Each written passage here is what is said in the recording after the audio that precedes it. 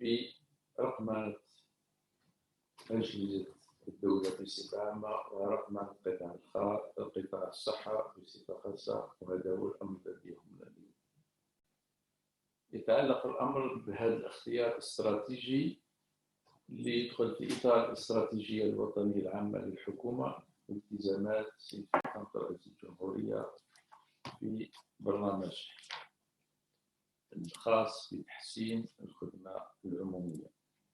قد شاركنا جميعا في اليوم الدراسي الأول الذي خصص من خلال حوالي شهرين لتنشيط يوم دراسي خصص لرقمنة القطاع والانطلاق في الرقمنة، وكذلك إنشاء هيئة وطنية أو وكالة وطنية للرقمنة التي ستساهم وترافق كل هذه العملية.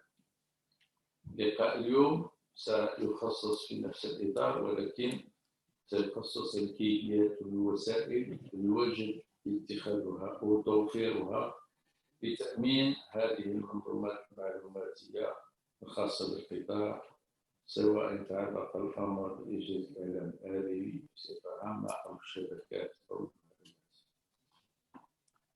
إذا دون إطالة أحيل الكلمة للسيد بن أجنو لقراءة برنامج هذا اليوم، فليتفضل مشكور.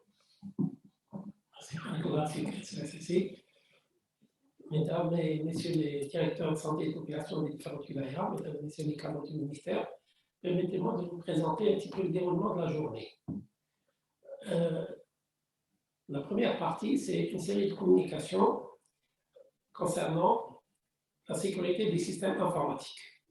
Première intervention sera faite par M. Moussaoud, directeur du système d'information et de l'information, sur l'introduction à la sécurité informatique au niveau du secteur de la santé. Elle sera suivie l'intervention par M. Bouali sur la gestion de la cybersécurité et comment se protéger contre les cyberattaques.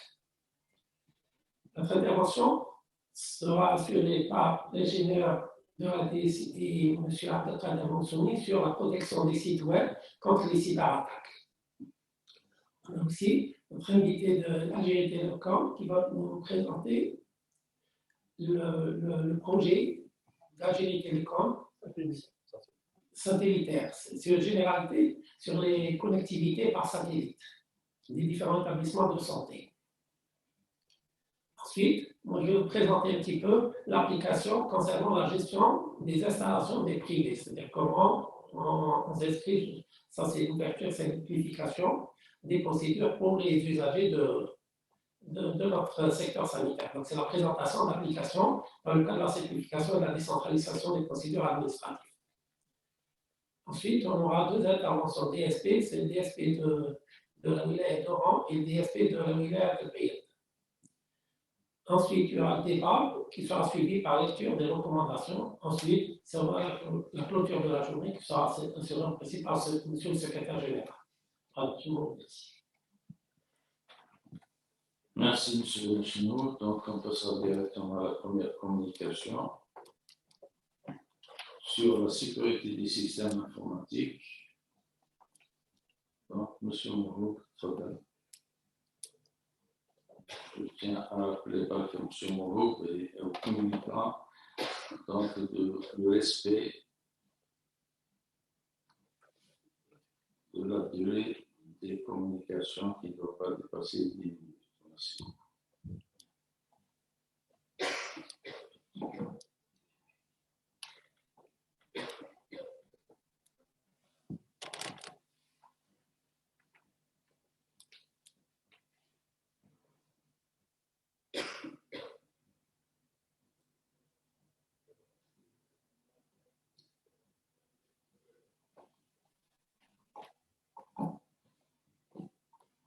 بسم الله الرحمن الرحيم والصلاة والسلام على أشرف المرسلين. شكرا للمسيو عساسي، شكرا دكتور بنشلو، السادة الحضور في الإطارات المركزيين، السادة إطارات مديرية الصحة والسكان على مستوى الوطن. السلام عليكم ورحمة الله وبركاته. أولا نقول لكم صحة رمضانكم، صوموا بالصحة والهنا إن شاء الله، تقبل الله منا ومنكم صالح الأعمال. موضوعنا اليوم هو موضوع مهم جدا وحساس في نفس الوقت، لأنه يتعلق بأمن المعلومات، السيبر سيكيورتي. اخترنا هذا الموضوع اليوم لأنه فيه اهتمام كبير توجه الحكومة لهذه مثل هذه المواضيع. المداخلة تاعي اليوم راح تكون حول أساسيات في الأمن السيبراني. مقدمة: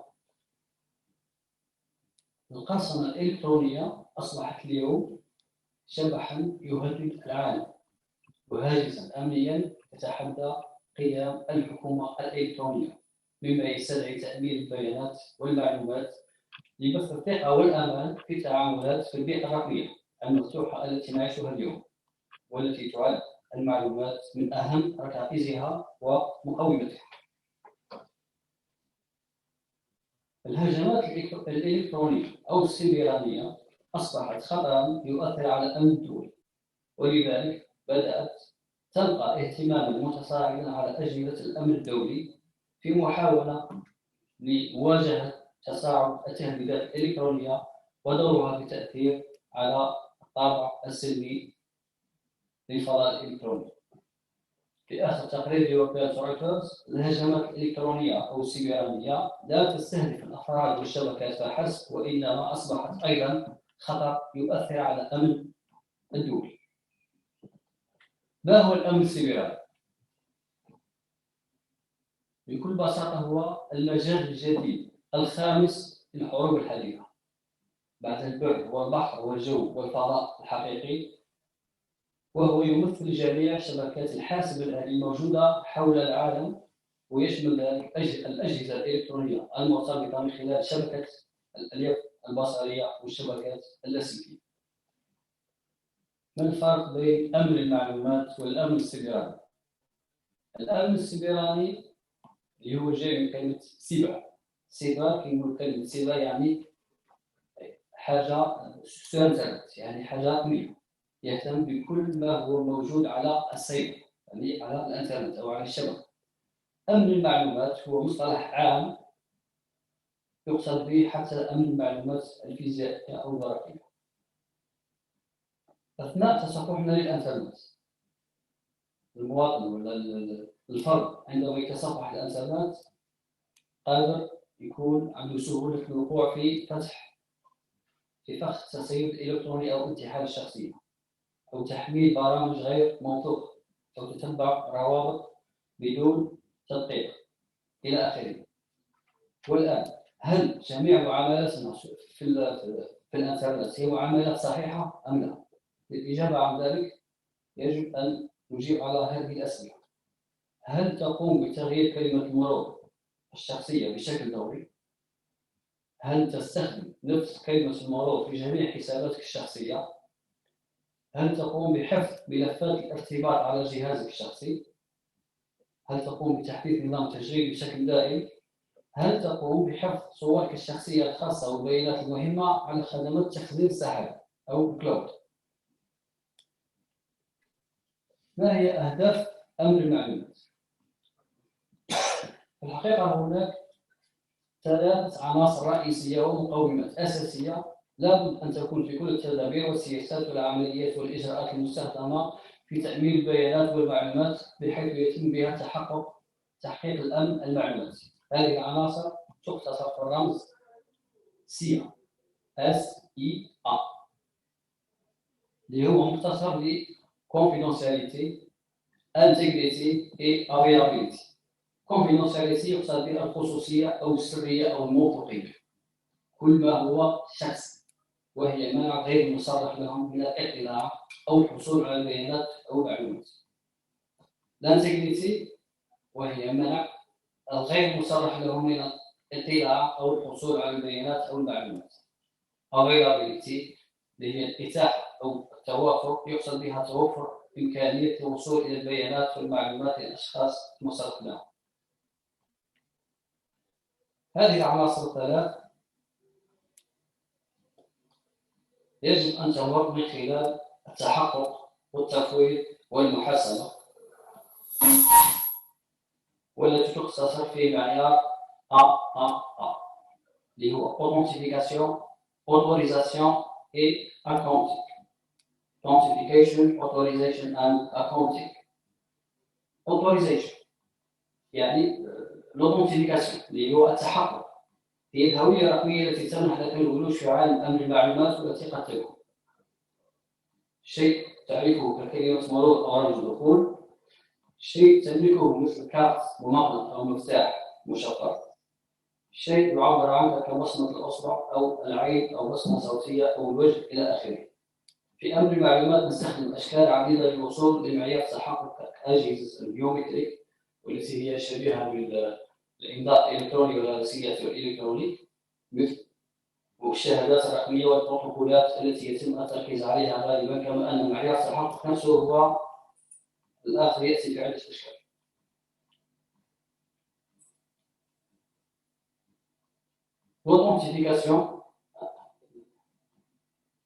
L'authentification, خلينا نشرح ما معنى authentification.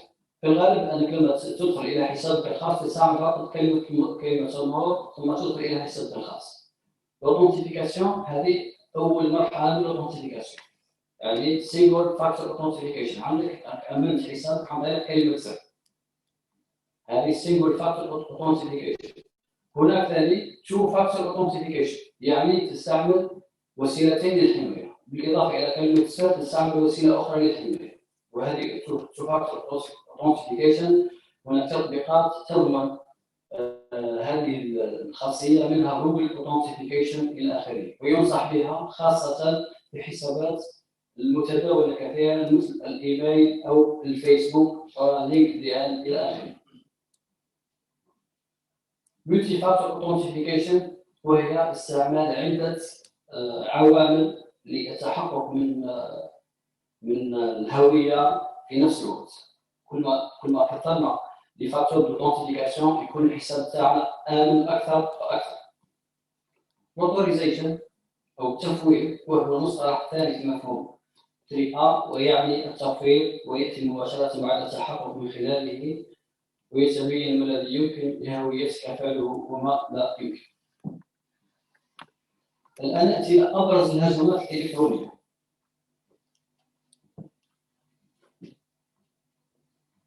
النوع الأول هو التصعيد الإلكتروني، هو ما يعرف بالفيشنج. الفيشنج هي تستهدف المواقع الغير محمية. لو لاحظت الموقع بتاعنا قبل المدة كان غير محمي، ما فيش سيرتيفيكت أساسا سكيورتي، الآن أصبح محمي. المواقع الغير محمية هو التصعيد الاحتيالي، وهو أكثر تقنيات الهندسة الاجتماعية شيوعاً اليوم. هو جريمة إلكترونية يتم فيها الاتصال بالهدف عن طريق البريد الإلكتروني أو الهاتف أو رسالة نصية من قبل الشخص. بكل بساطة هو لما يكون الموقع غير محمي يكون هناك هاكر يتصنت إلى جميع المعطيات المدخلة من اسم مستخدم أو كلمة سر. أي اسم مستخدم تكتبه أو كلمة سر تكتبها راح تكون عند هذاك الهاكر. هذا النوع الأول من الفيشنج. النوع الثاني هو الحرمان من الكلمة أو ما يعرف بالديدوس. ديدوس Distributed Denial of Service، وهي محاولة ضارة لتعطيل الوصول إلى مواقع الويب. النوع الثالث هو رفض الخدمة، وهو هجوم من نوع DOS Denial of Service DOS Attack. هو هجوم عبر الإنترنت يسعى فيه مرتكب الجريمة إلى جعل الجهاز أو مورد الشبكة غير متاح. كذلك ما يعرف بالهجوم الرجل الموجود في المتصل Man in the Middle Attack، هو هجوم يقوم فيه المهاجم باعتراض الاتصالات بين الأجهزة الكمبيوترية المعلومات التي تعبر الشبكة. يمكن للمجرم أيضا اختيار تلاعب الرسائل ونقل المعلومات الخاطئة بين الموظفين الذين يعلمون بحدوث تعديل للرسائل. يسمح هذا الهجوم للمجرم السيطرة على الجهاز دون علم المستخدم.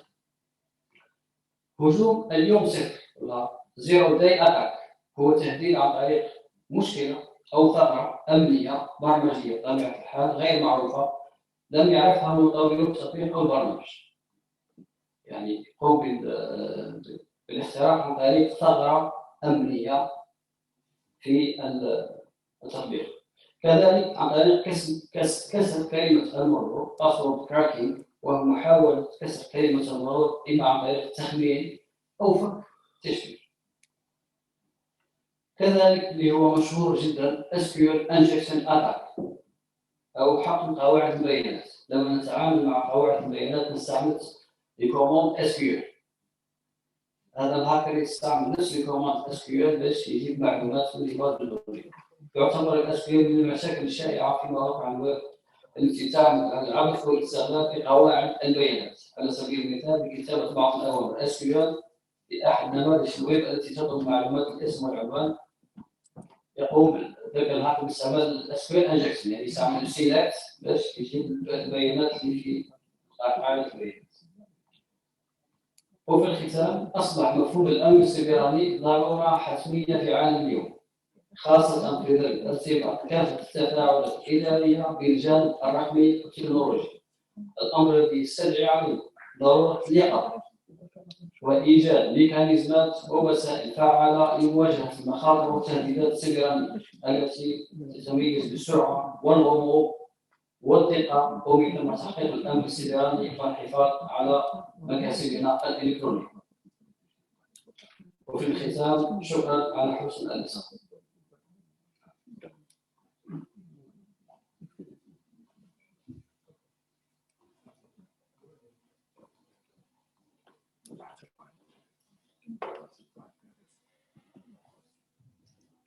Merci, M. Mourou, pour les communications. Donc, on passera directement à la deuxième communication sur la gestion de la cybersécurité, comment se protéger contre ces cyberattaques par M. Boali. Soit M. Boali.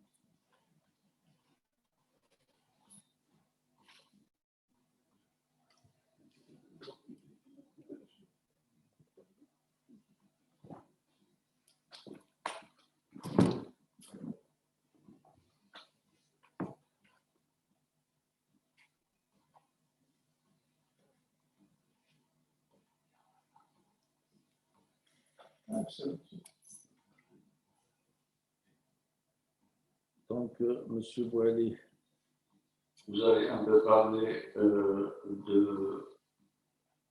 la sécurité informatique de manière générale.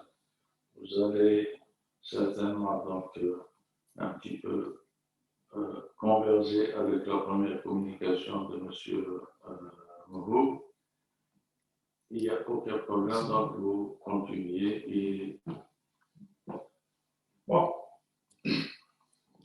Bismillahirrahmanirrahim.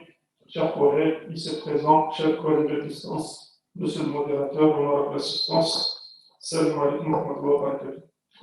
Donc, au départ, c'était prévu la première présentation soit présentée de manière à ce qu'on va présenter l'opportunité de la journée. Pourquoi on a organisé cette journée? Donc, on va mettre un petit peu cette journée dans un contexte. La journée, cette journée, elle a été organisée pour des raisons et des objectifs. La raison, c'est qu'actuellement, le gouvernement dispose des outils d'audit et des cyberattaques et des risques et des systèmes informatiques existants dans tous les organismes de l'État, même dans le privé.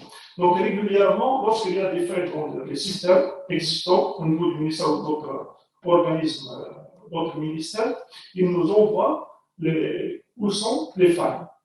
L'objectif, c'est de combattre ces failles et de s'organiser, de mieux s'organiser pour parer à ces failles et pour éviter des risques et des menaces liées aux attaques.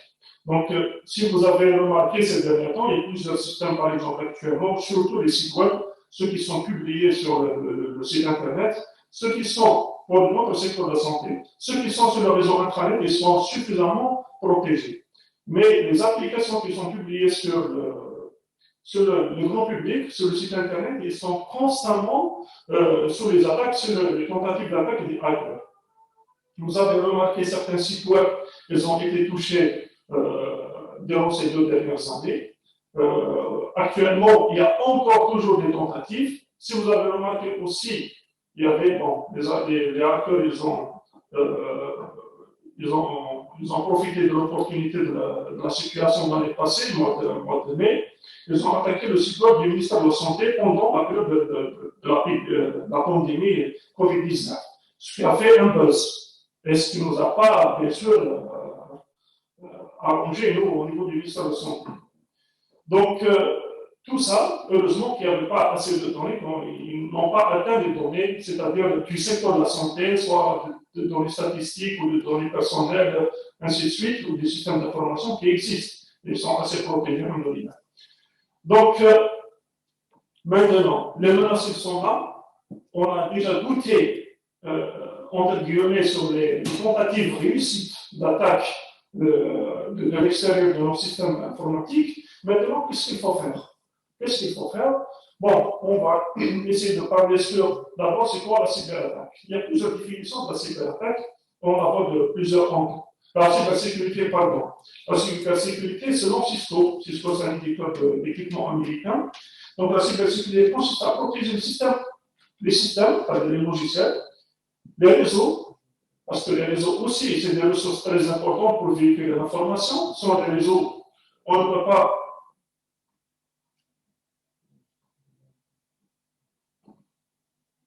Donc, il y a quelqu'un qui a partagé son ordinateur. Ouais. On s'excuse, il y a un petit problème technique, donc on va continuer. Donc, parce que je viens de dire que les réseaux aussi, c'est des ressources importantes dans le cadre de la numérisation, pour véhiculer de l'information et faire fonctionner le système d'information, surtout le système d'information distribué. Actuellement, les réseaux, pas seulement le câblage, la fibre optique, ainsi de suite, il y a des équipements aussi intelligents qui sont généralement attaqués par les hackers.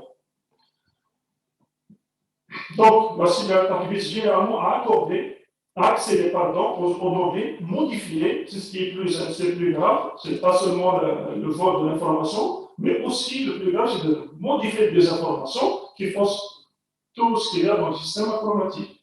Ou distribuer des informations sensibles.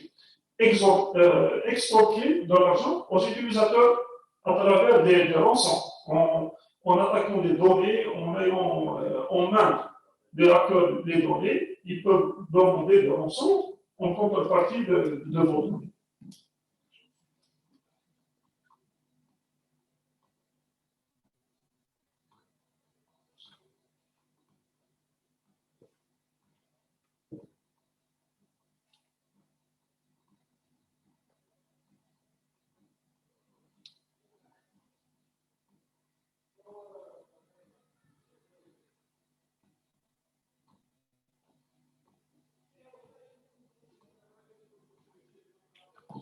Je pense que maintenant l'écran n'est pas présent.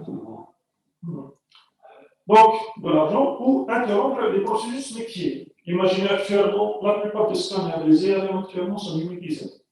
Et on sait pertinemment que la maintenance de ces IRM se fait à distance. Imagine qu'il y aura une attaque à travers le réseau de maintenance à distance des IRM. Donc, tout le processus métier est entre les mains des hackers. Donc, la mise en œuvre des mesures de cybersécurité efficaces est particulièrement difficile aujourd'hui car il y a plus d'appareils que de personnes. Et les attaquants sont de plus en plus innovants. C'est-à-dire, même si on met des solutions de sécurité actuellement pour parer aux attaques, ainsi de suite, aux risques, même les plus intelligents aussi, actuellement il y a des équipements très intelligents, mais aussi, les hackers aussi, ils sont en train d'innover dans la manière d'attaquer des ressources informatiques. Donc, cette présentation, j'ai voulu une présentation de sensibilisation beaucoup plus. Je ne voulais pas parler trop sur le technique, parce qu'on voulait accéder sur sensibiliser tous les utilisateurs, soit les administrateurs, les responsables, ou les utilisateurs finaux des outils. Donc, il y aura quelques points ou quelques éléments de bonne pratique de l'utilisation de l'outil informatique. Donc, ici, c'est éviter les emails et les liens et les fenêtres contextuelles inconnus. C'est-à-dire, on peut vous envoyer un email, c'est-à-dire l'email, il est modifié, il est au nom d'une personne que vous connaissez soi-disant, mais à l'intérieur, il y a une pièce jointe qui est un virus ou un ransomware qui peut vous quitter vos données, ainsi de suite. Il y a un problème. D'accord.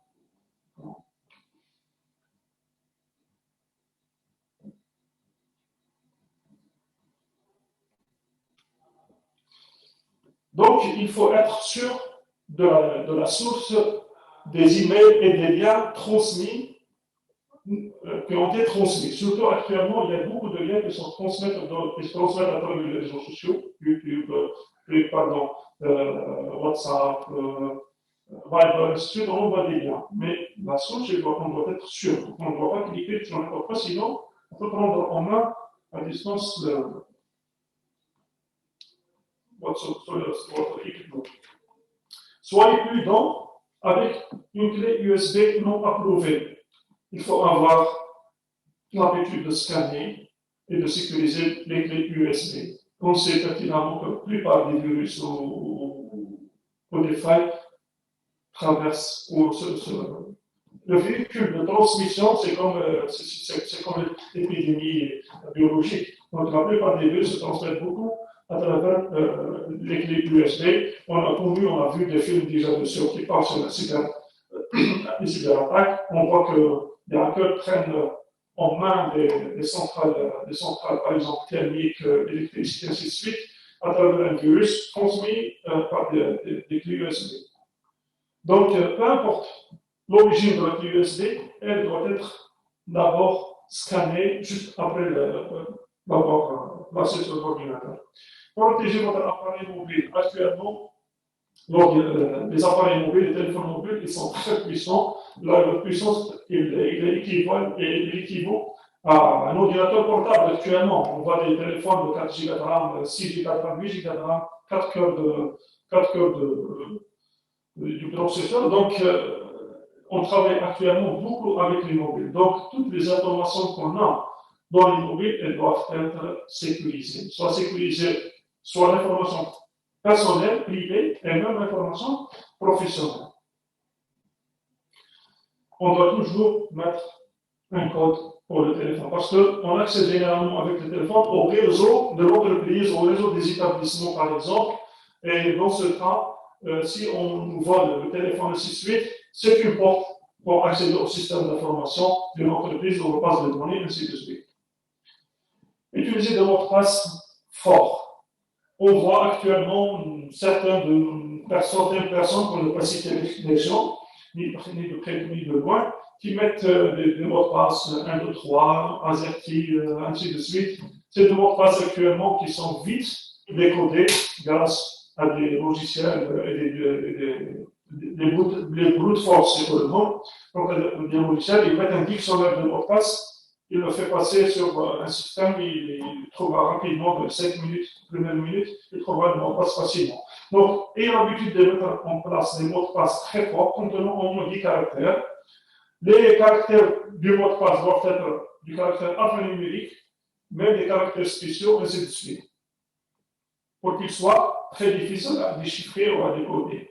Il est également très important de changer régulièrement le mot de passe. Donc, ayez une habitude de chaque 3 mois, par exemple, ou chaque 2 mois, 3 mois, de modifier votre mot de passe.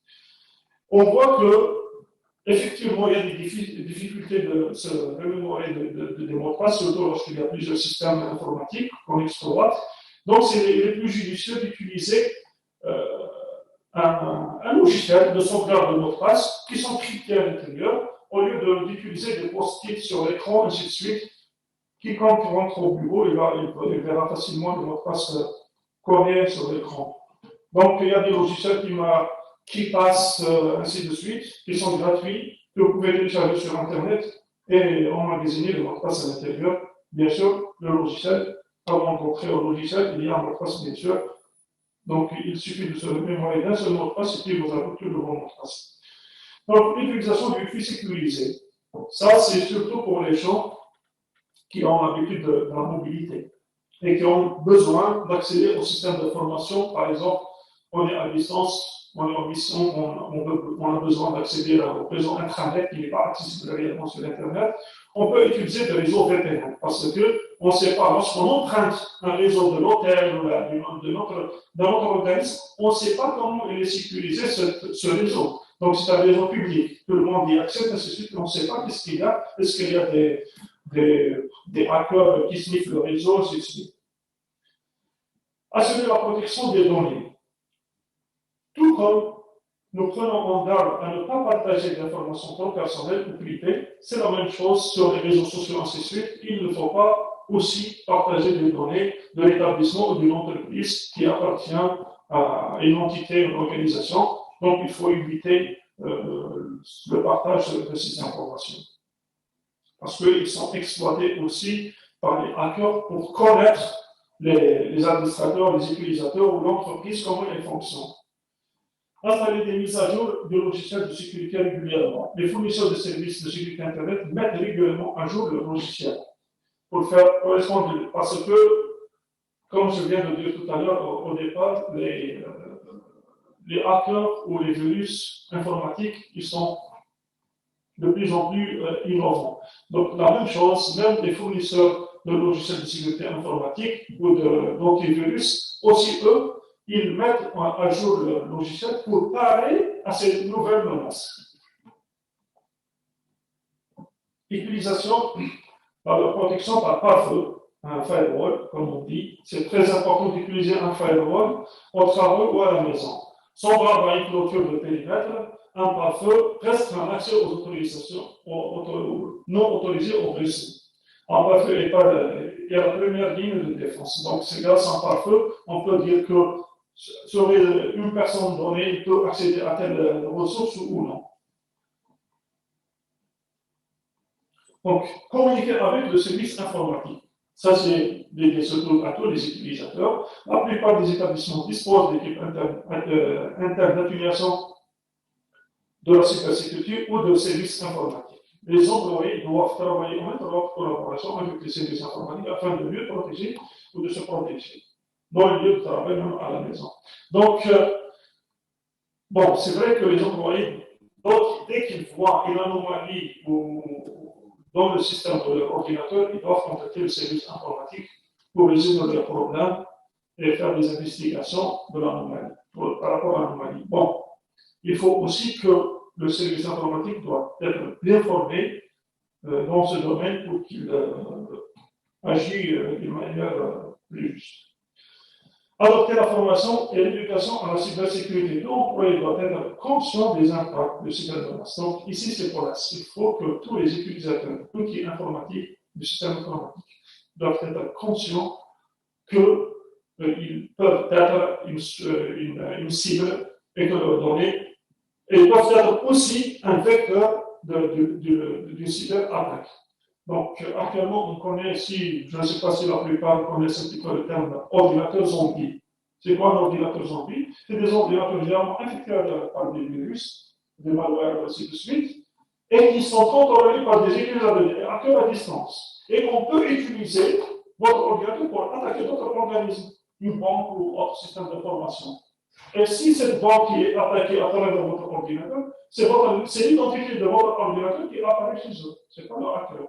Donc, si jamais cette banque, ça nous est arrivé dans un autre organisme, une banque étrangère nous a écrit comme quoi votre réseau nous a attaqué, alors que c'est un ordinateur santé qui était dans notre réseau. Ce n'est pas dans cette façon. Donc, on doit faire vraiment attention et sensibiliser tous les utilisateurs en participant à des formations et ateliers. Un employé peut réparer et trier des emails de phishing.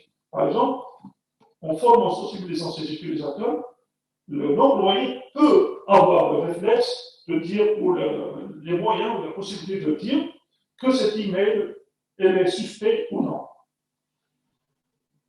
Donc, et acquérir des connaissances sur le cybermenace améliore la capacité d'un employé à identifier les pièces jointes dangereuses et par conséquent à prévenir les violations de données. Utilisation de notifications multifacteurs. Ces derniers temps, même ici en Algérie, on voit que certains systèmes, les plus importants qui sont surtout publics, ils utilisent cette technique d'authentification multifacteur. C'est-à-dire que ce n'est pas utilisateur de passe seulement. Il y a un autre élément que vous devez introduire, et cet élément, il est variable. C'est-à-dire, même si je vous donne le mot de passe, sur mon compte, CCP par exemple, vous donne le code d'accès, et ainsi de suite, si vous n'avez pas mon téléphone, parce qu'il y a un SMS qui est envoyé automatiquement à l'accès à mon compte, il y a un SMS qui est envoyé en nous donnant un code d'accès. Et ce code d'accès, il est variable. À chaque fois que j'accède, il m'envoie un code. J'utilise l'utilisateur de mot de passe plus un code d'accès qui est envoyé sur le téléphone, sur mon téléphone. Ça, c'est multifacteur. Donc, utilisateur de mot de passe plus un code variable qui est envoyé à l'instant même de mon accès. Donc, c'est une technique très, très efficace pour protéger l'accès à des systèmes très sensibles. Créer des sauvegardes de données, ça c'est une pratique très facile, mais malheureusement, ce n'est pas beaucoup de gens qui l'utilisent. Donc, on a vu même ici certains collègues qui ont des informations très importantes de leur ordinateur, malheureusement, dès que leur ordinateur est tombé en panne, ils n'ont pas pu carrément récupérer les données. Malheureusement, ça c'est pas une attaque, mais aussi c'est une menace. La panne d'un ordinateur aussi c'est une menace pour les données. Donc, une solution de sauvegarde est la meilleure mesure pour protéger les informations personnelles et professionnelles, bien sûr. L'une des plus grandes menaces pour les données est le ransomware.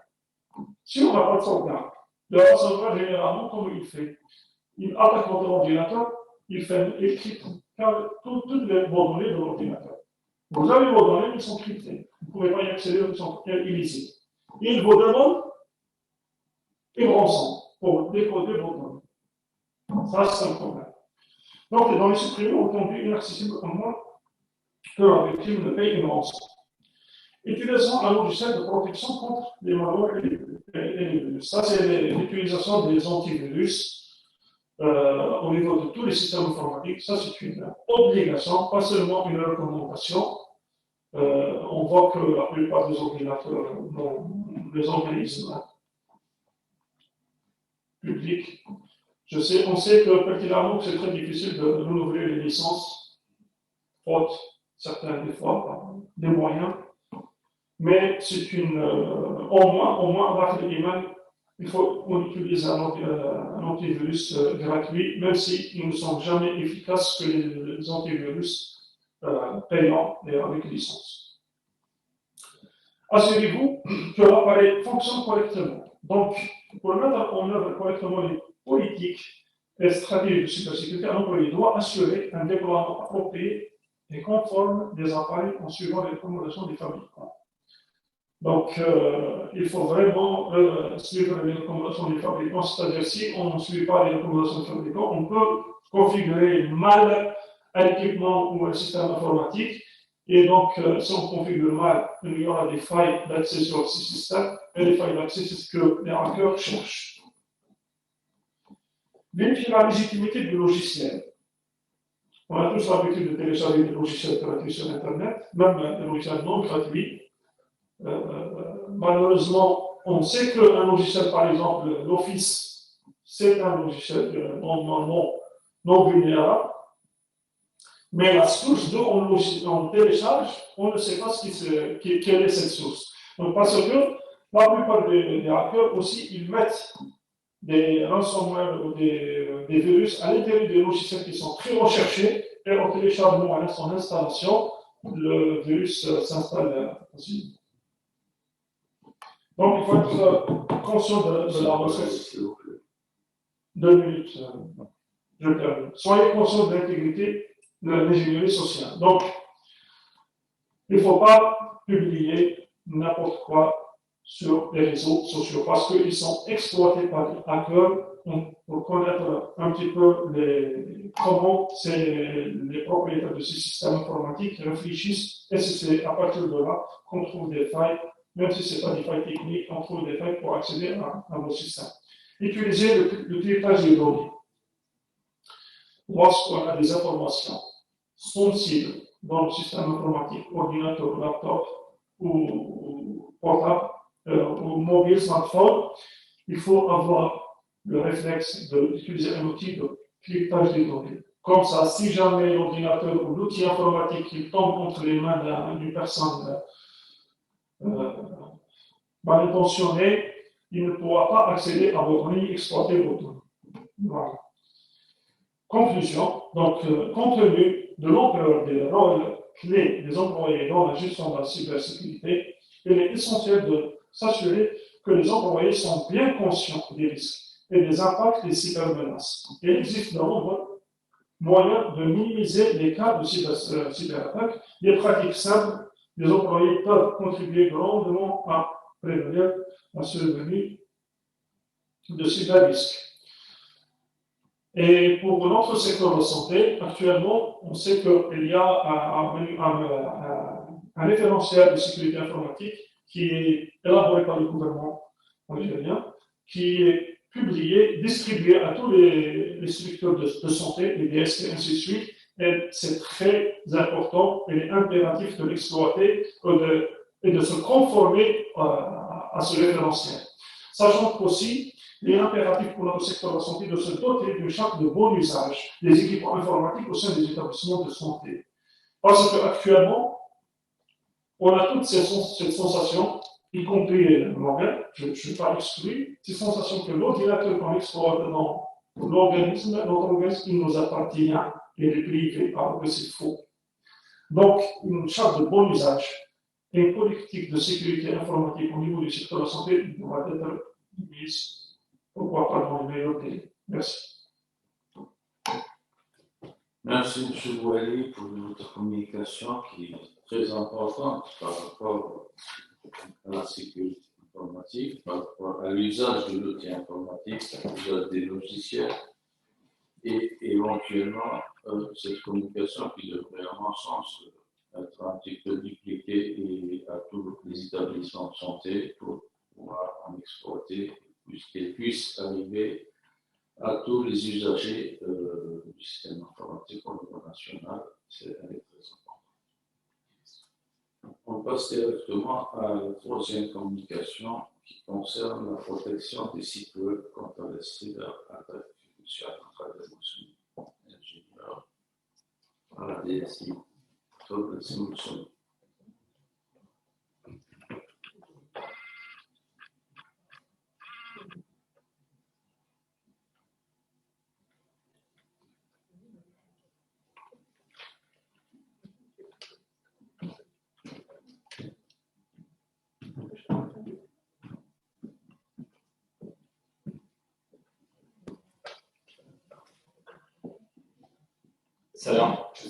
Salam alaikum. Dans cette présentation, on parle de comment protéger les sites CMS contre les attaques, parce que la plupart des sites du ministère sont créés par des CMS, par exemple Joomla ou bien WordPress. Pour beaucoup d'entreprises, une fois que leur site internet est créé, il était très souvent laissé abandonné après la création. On s'en préoccupé par manque de temps, de compétences, jusqu'à ce qu'il n'a pas. La majorité des sites touchés sont réalisés sur des CMS. Par exemple, on a WordPress et Joomla. Les raisons principales sont des mises à jour parce que la plupart des sites web ne sont pas mises à jour et le manque d'actualisation des extensions. C'est pour ça que ça coûte très cher. Par exemple, des attaques et vol des données. On a, pour les attaques, on a plusieurs types des attaques qui utilisent plusieurs des méthodes. Par exemple, on a l'effacement, spamming, hameçonnage, zombie, stockage et ingénierie. Ces méthodes sont expliquées dans les précédentes présentations. Pour les hackers, comment se déroule un piratage? Un hacker, avant un piratage, utilise le piratage, c'est-à-dire avant cibler un site, par exemple cibler un site raté, le DB collecte des informations sur ce site pour vérifier le logiciel et comment utiliser, comment pas développer par CMS ou bien Joomla ou bien WordPress. Et après, utilise des versions et des méthodes pour attaquer. Les types, on a plusieurs détails dans les applications web. On a les instructions SQL et les attaques des mots de passe, les cross-site scripting, envoi des spams par formulaire, l'exploitation des plugs et l'exécution d'un kit d'exécution de commandes. On a comment un pirate ou bien un hacker, comment pirater un site, et pour un utilisateur ou bien un administrateur pour projeter un site. On a par exemple les exemples de la site des établissements de la santé, parce qu'on a plusieurs des sites, tous les sites des établissements de la santé. Je m'excuse, on va partager l'écran pour nos collègues à distance, on ne va pas partager.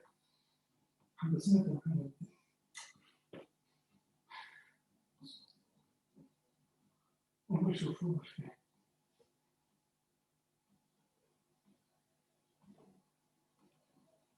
Non.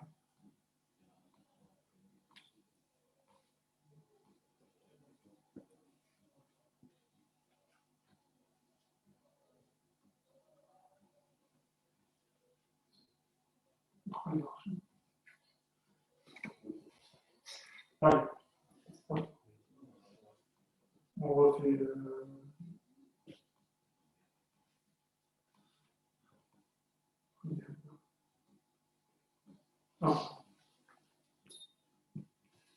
Désolé. Tous les sites des établissements de la santé sont créés par des CMS, la plupart sont par Joomla ou bien un WordPress. Comment un administrateur protéger ou bien un développeur développer ce site? La première des choses, et le point très important, c'est mettre à jour les CMS. Mettre à jour les CMS. Le deuxième point, c'est utiliser des identifiants de connexion complexes. Pour, par exemple, des mots de passe. Obligé d'utiliser des mots de passe propres et complexes. N'utilise pas des mots de passe standards, par exemple, administrateur, admin ou bien un administrateur, parce que tout le monde connaît ces mots. Sinon, éviter des renseignements personnels, par exemple le nom, prénom, date de naissance.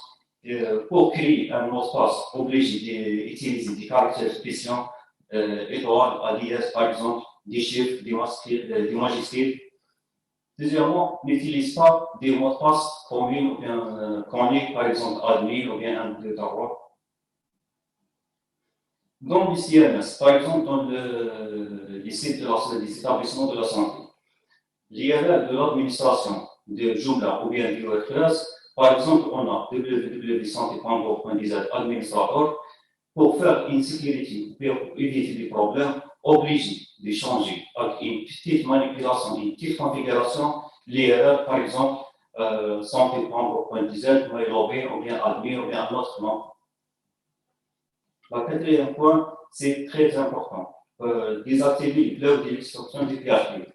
Par exemple, dans les CMS, il y a des dossiers très sensibles et importants.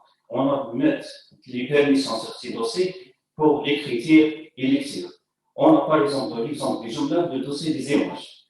Pour faire, obligé de désactiver les blocs. Par exemple, si un attaque met un script sur ce dossier, n'existe pas. Suivant point, c'est protéger le fichier de configuration. Pourquoi le fichier de configuration? Parce que le fichier de configuration, c'est très important pour les CMS ou bien des sites web. Et là, on trouve dans ce fichier le nom utilisateur, le nom de la base de données, le nom utilisateur de la base de données, l'emplacement de la base de données, si c'est interne ou bien dans un autre serveur, obligé d'utiliser le fichier .hs et le configurer. Et protéger ce fichier avec la configuration suivante. Et donc, dernier point, pour les bases de données. Les bases de données du CMS créent un préfixe connu dans les bases de données. donc Joomla ou bien WordPress. Et l'opérateur profite bien sûr d'une extension mal codée ou bien injecter des requêtes SQL pour remplacer ou bien changer ces préfixes. Obliger un développeur ou bien un modifier pour modifier un site ou créer un site web, au début, changer les préfixes de la base de données. Conclusion. Pour meilleure protection du site web, il y a deux points essentiels. Le point numéro 1, c'est sauvegarder, périodique les données, le site web, la base de données et le site lui-même. Et après, ça, chaque modification, on peut le sauvegarder.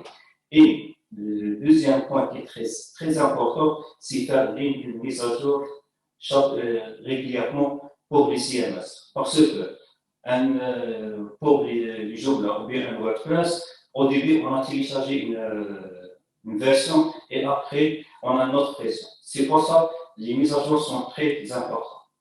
Et merci. Merci beaucoup, monsieur pour votre communication. Et c'est un indicatif des utilisateurs du système informatique. Donc, on passe directement à la dernière présentation de cette première session. Monsieur Renari, qui concerne donc le projet Agile Satellite. Où il va nous parler de la généralisation de la connectivité par satellite aux établissements de santé. Je donne monsieur Zandak.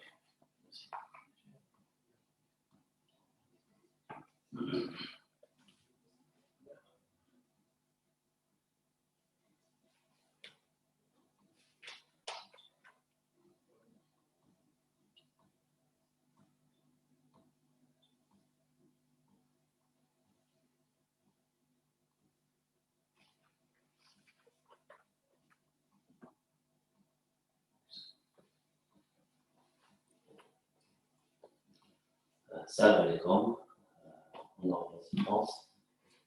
C'est M. Bernard Youssef, l'Agile des satellites. Bon, ma présentation ne va pas se faire sur la sécurité, mais sur le projet de généralisation de la connectivité satellitaire au profit des établissements de la santé. Donc, avant de commencer, j'aimerais juste faire une brève présentation de notre entreprise, ATS. Pour ceux qui ne la connaissent pas. Le réseau satellitaire existe depuis 1975 et notre entreprise a été créée, la filière Agile Télécom Satellite, en 2006. Et par la suite, il y a eu plusieurs événements par le déploiement de la première plateforme VSAT, des technologies nouvelles, en 2005. En 2018, on a lancé le projet, on appelle, nous dans le jargon, ATS ESN, Éducation Santé Nationale. En 2019, notre dernière solution, c'est HTS, c'est le High Throughput Satellite, Internet à haut débit, qui a été mis en œuvre en 2019 et la commercialisation a débuté en 2020. Dans quelques chiffres, nous avons plus de 2000 stations de SAT, 8000 balises, fait de la géolocalisation aussi, plus de 45 ans d'expérience. Nous exploitons 3 licences, de SAT, GRPC, géolocalisation. Nous sommes présents sur 9 points en Algérie, 3 au nord et 3 au sud. Et notre téléport se trouve à l'Ouzdaria.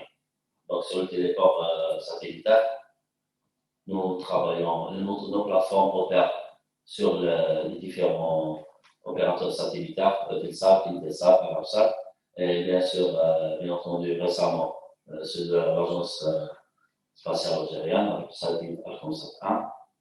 Donc, nos partenaires iDirect, Hughes, Contact, c'est des leaders mondiaux dans la télécommunication par satellite. Les équipements de télécommunication. Quelques références. Vous voyez bien, Oil and Gas, les grandes entreprises nationales, Sonatrach, Schlumberger, nous avons les opérateurs Mobilis, Jay-Z, Olido, et aussi au niveau gouvernemental, le ministère de la Défense, la présidence, vous-même. Ouais. Donc, nos solutions se présentent comme suite. Nous avons les services fixes, la mobilité, les services de valeur ajoutée, le maritime, la gestion de flotte, end-to-end et Internet of Things. On va faire plus bref, juste sur la solution des services fixes. Donc, la solution des services fixes, c'est notre cas dans le projet, c'est ensuite la service fixe.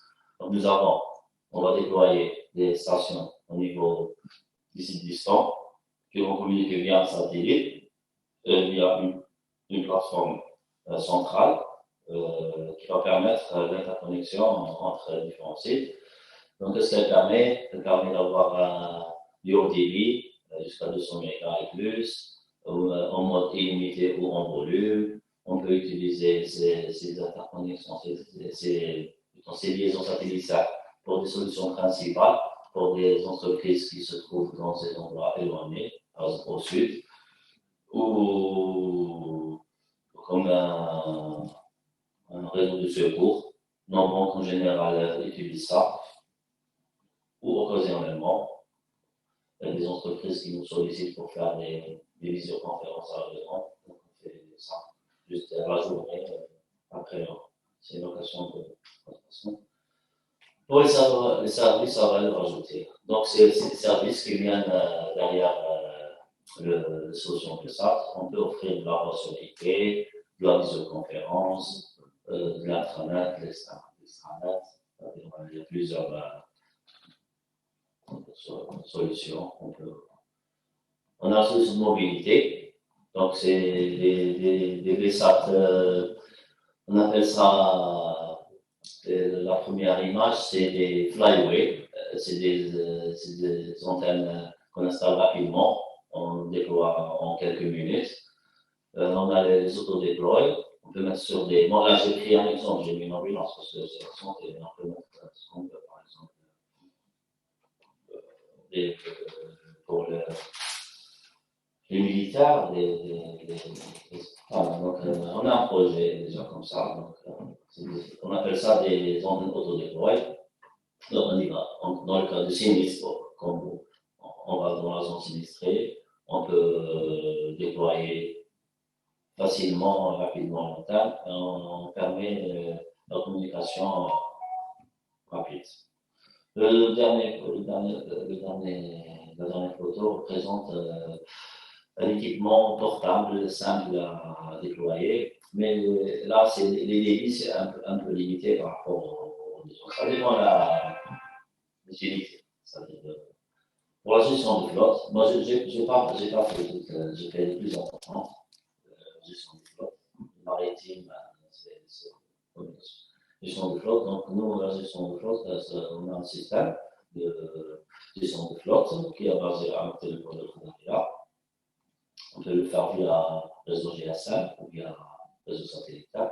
Donc, de préférence, on le fait dans le réseau GSM parce que ça marche. Le satellitaire dans les endroits où le GSM n'est pas disponible. Donc, il y a une plateforme qui permet de la visualisation du trajet des véhicules, remonter des informations par rapport à la vitesse utilisée au carburant, au comportement du conducteur. C'est des choses comme ça. Donc, une représentation de Alcom Sapin, c'est-à-dire d'où est venu, on va dire, pas l'idée, mais le projet de généralisation de la connectivité à travers satellite. Donc, le satellite, ça c'est le premier satellite de télécommunication en Algérie qui a été lancé par l'ASA, l'Agence spatiale algérienne, en 2017. Il est de construction chinoise. Il se trouve sur un orbite 24,8 degrés. Donc, il a une capacité en bande KU de 756 MHz. Et vous voyez la couverture, c'est toute l'Algérie et les pays limitrophes, le pays du Maghreb et le pays du Sahel. Donc, on peut couvrir même ces régions-là. D'ailleurs, même, c'est-à-dire, on a notre client, si vous voulez, le ministère des Affaires étrangères, Donc, toutes les ambassades sont connectées via satellite. Pour l'instant, ce n'est pas à travers Alconsat, mais ils vont basculer les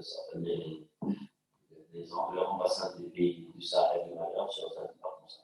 Parce qu'ils se trouvent sur le globe, donc on a besoin d'autres satellites pour offrir la communauté. Donc, j'ai dit, voilà, en mode KA, on a 10 spots centrés sur l'Algérie. La mode KA permet d'avoir des débits assez importants avec des équipements, c'est-à-dire on ne va pas investir trop dans les équipements, c'est pas comme la CAU. C'est la CAU quand on veut avoir plus de débit, donc la taille des antennes augmente, la taille des bugs augmente aussi. Là, on peut avec un petit bug, petite antenne, avoir des débits de 30, 100 mégas, des 3 secondes sans problème. Voilà. Donc le projet en lui-même, le projet consiste à généraliser la connectivité par satellite pour 31 000 sites. C'est-à-dire les sites, c'était au début, c'est l'éducation et la santé. Donc pour la santé, on a 3 789 établissements hospitaliers à travers le territoire national concernés par le projet. Donc ça va permettre les perspectives du projet, de développer les établissements de santé publique, des moyens de communication modernes. Je sais que vous en avez déjà, mais ça c'est en plus. Garantir l'équité et le service de qualité pour tous et démocratiser l'usage du numérique. Le principe de fonctionnement du réseau e-santé, si on peut appeler ça comme ça, e-santé, je ne sais pas, électronique. Donc nous avons plusieurs établissements hospitaliers, des cliniques, des polycliniques qui vont être connectés via satellite à travers une gateway, un hub, une plateforme qui se trouve soit au niveau de téléphone, soit à votre niveau, soit ça c'est un choix qui va se faire par rapport à vos besoins. Donc, qui va permettre d'utiliser vos applications métiers. Aussi, vous voyez là dans la photo des experts au niveau par exemple d'un CHU. Il y a une opération qu'on avait fait au niveau d'Adra où il y avait des experts qui ont, se rappelé, ceux qui sont au courant, c'est-à-dire participer à l'opération. Donc, les équipements qu'on va utiliser dans ce projet. Donc, on a la partie BESA. Donc, pour les sites distants, vous voyez, c'est simple, une antenne avec on appelle ça un transceiver. C'est un ensemble qu'on appelle nous dans la parabole quand on regarde la tête de réception. Et là, il y a un autre équipement d'émission. Ils sont jumelés dans ce cas. C'est une seule tête, plus le modem. Ça, c'est simple. Ça, c'est n'importe quel utilisateur. Une petite formation, il peut installer ça, comme à la maison. Maintenant, je pense qu'il y a plein de gens qui installent eux-mêmes leur modem, on appelle ça des mots satellitaires. Avec la CERT, ils peuvent eux pointer sur le satellite Astra ou Nisat. Là, c'est la même chose sur Alconsat, une petite formation et normalement, il n'y a aucun souci pour le faire. On a aussi des équipements IT dans ce projet, un PC de bureau, un écran TV avec webcam. Bien sûr, il y aura un data center pour collecter toutes les informations. Ça rentre c'est un projet gouvernemental qui a été au profit des deux secteurs. C'est des secteurs importants et essentiels, l'éducation et la santé. Donc, ATS a été, on va dire, choisi pour chapeauter le projet et réaliser le projet. Merci. Donc, jusqu'à présent, il y a des actions qui ont été menées par ATS dans ce projet-là. Donc, on a procédé dans la formation des formateurs, un nombre de 129. Si mes chiffres sont bons par rapport à ce qui a été fait, on a formé 129 formateurs pour former d'autres techniciens de la santé. L'opération nous a permis de former 1328. Oui, mais ça, je crois qu'on l'a fait déjà, ça fait 2 ans. Nous, on prévoit, Inch'Allah, de refaire la formation Je sais que ça fait 2 ans qu'ils ont fait la formation, ce n'est pas leur métier, ils n'ont pas à pratiquer. Donc, Inch'Allah, on va faire, quand on arrivera à ce point, on va, Inch'Allah, refaire la formation. C'est ce qui est prévu. Donc, pour les équipements IT, ATS a posé l'acquisition auprès de fournisseurs algériens, Alphatran et ENI, les kits IT. Donc, est-ce qu'on en a les puces de bureau, les onduleurs, les écrans TV et les webcams. Donc, ça, c'est fait, ils sont à notre niveau. Au mois de août, juillet, nous avons lancé le projet pilote. Un projet pilote qui a concerné 198 sites, l'ensemble pour l'éducation de la santé.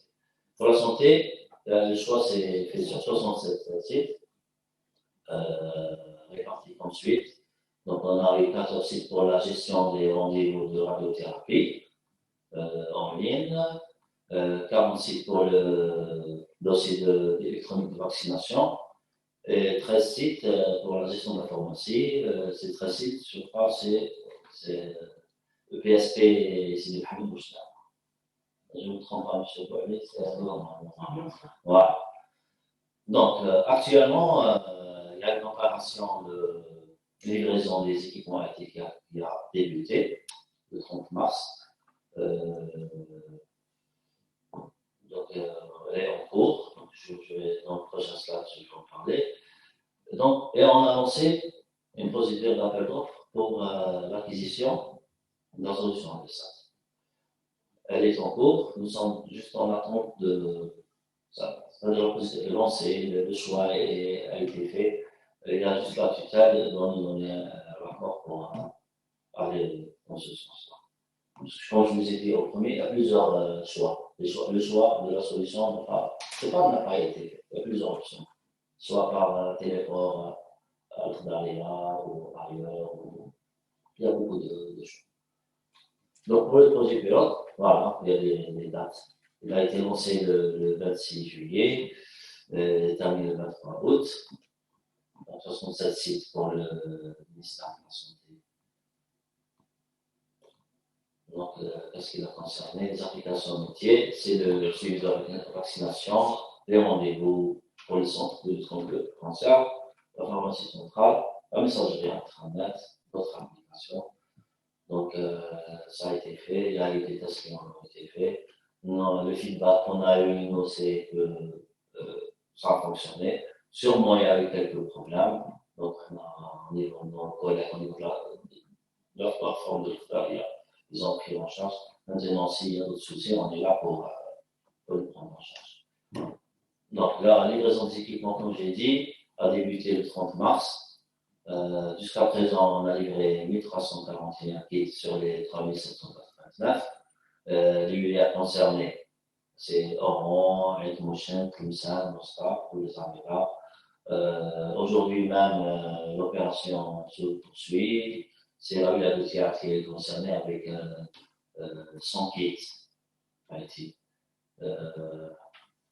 On prévoit de terminer cette opération le 1er juillet 2021. Après, Inch'Allah, dès qu'on aura l'accord des autorités, enfin de la tutelle, du ministère, on va procéder à la deuxième phase, l'acquisition. Je termine, c'est le dernier slide. Merci beaucoup. Donc, juste dans l'accord, on passera à la phase récente, Inch'Allah. Voilà, je vous remercie pour votre attention. Merci beaucoup, M. Bonnavi, pour votre communication. Déjà, vous nous mettez un petit peu à l'image de ce qui se fait déjà. Donc, contact que vous aviez avec le ministère de la Santé, parce que ça évolue bien. Donc, nous espérons que l'opération sera jouée le plus tôt possible, qu'elle puisse être opérationnelle et que ces utilisateurs puissent en bénéficier. Nous passons directement à la communication.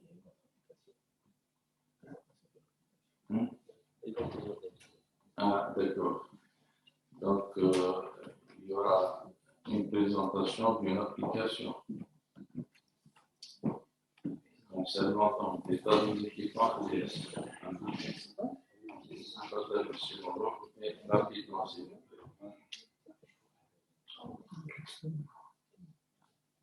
On s'excuse, monsieur le national.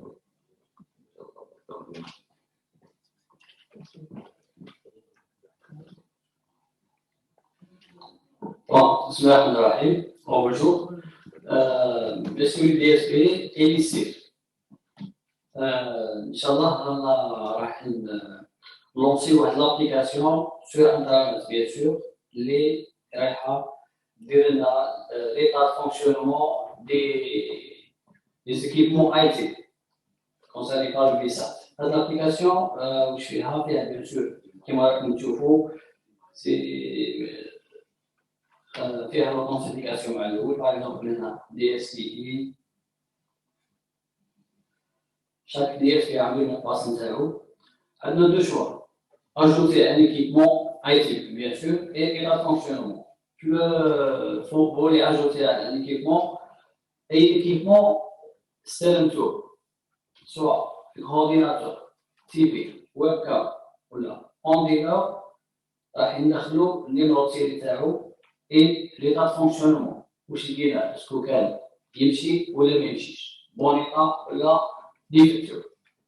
داكور رايحين نسيزيو لي زيكيبمون كامل لي ميكرو اورديناتور اللي جاونا من عند لا جي كون ساتيليت يونيتي باغ يونيتي ولا حاجه بحاجه راح ندخلوهم هنايا وندخلوا لو نيميرو سيري تاعو. هذا l'état de fonctionnement. D'accord. Deuxième, c'est واش راح نسيزيو في الاول راح تلقاو هنا راح تلقاو البيسي شحال عندكم النوم شحال عندكم يمشي شحال عندكم يمشيش تي في ويب كام اون ديلوغ ايتترا.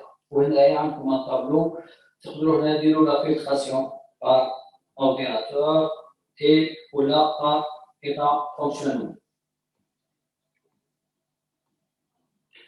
Aussi, par exemple, une simulation. J'ai un micro-ordinateur. Bon, il y a aussi l'état de bon, validé. OK. هنا في l'état de fonctionnement, bon, راح يخرج لنا في وصلنا هذايا. داكور نقدروا نسوبريميو اذا غلطنا في كاش انفورماسيون ولا حاجه نقدروا نسوبريميوه ونعاودوا نرجعوا ناجوتيو بليس. هو تو سامبلومون هاد الابليكاسيون راهي ماتنون راهي ديسبونيبل سور انترنت وتقدروا تاكسيديو ليها دي ماتنون باش تبدا لو طرافاي. داكور ميرسي. Merci, M. Moreau, que messieurs les DSP nous ont suivis et qui vont mettre en application la saisie, comment commencer directement à la saisie de tous les équipements qu'ils ont reçus par Algérie Telecom Satellite. Donc, nous allons passer directement à la communication suivante de M. Benachendou. Il va vous faire une présentation dans le cadre des simplifications et de la décentralisation des procédures administratives. Donc, un modèle d'application qui a été mis en place et va vous faire l'application.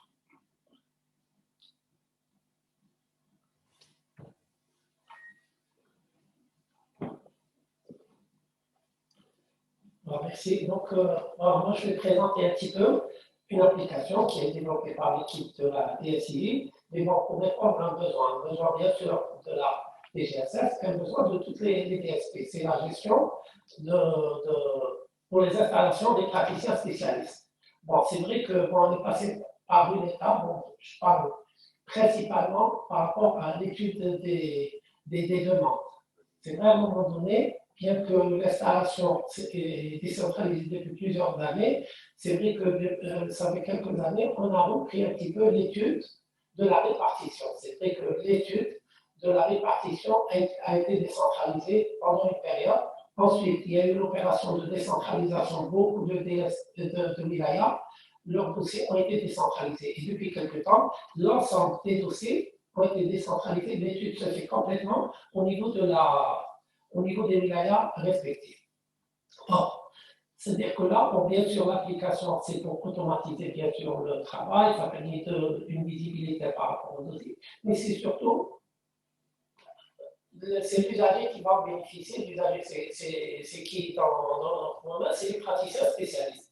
C'est-à-dire, demain, le praticien spécialiste, ce n'est pas la peine de se déplacer au niveau de la VSP et il va ramener un paquet de papier, c'est-à-dire toutes l'inscription, les demandes, vont être à partir de chez lui. Donc, c'est pour ça que l'application a été développée. Pourquoi c'est moi qui la présente, c'est pour discuter un petit peu l'aspect de gestion, pas l'aspect technique éthique. C'est l'équipe qui est là, on est encore en train de faire ce jeu. Pratiquement, c'est une action qui est finalisée.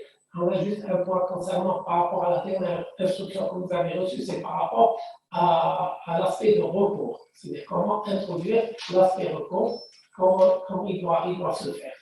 Donc maintenant, je vais vous présenter un petit peu, on va faire une simulation directe pour quelqu'un qui va s'inscrire pour une demande d'installation en privé. Voilà, donc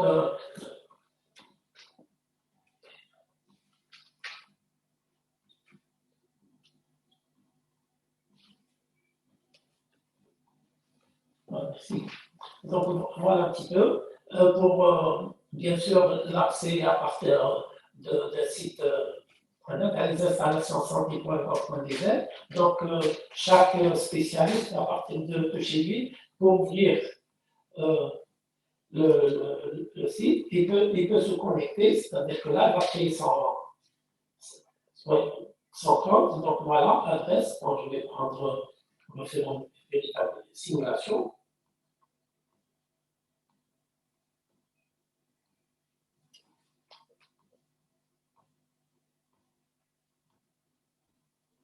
Voilà. Donc, il y a donc, le mot de passe.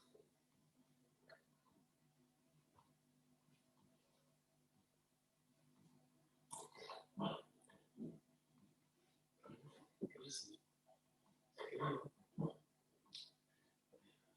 Non,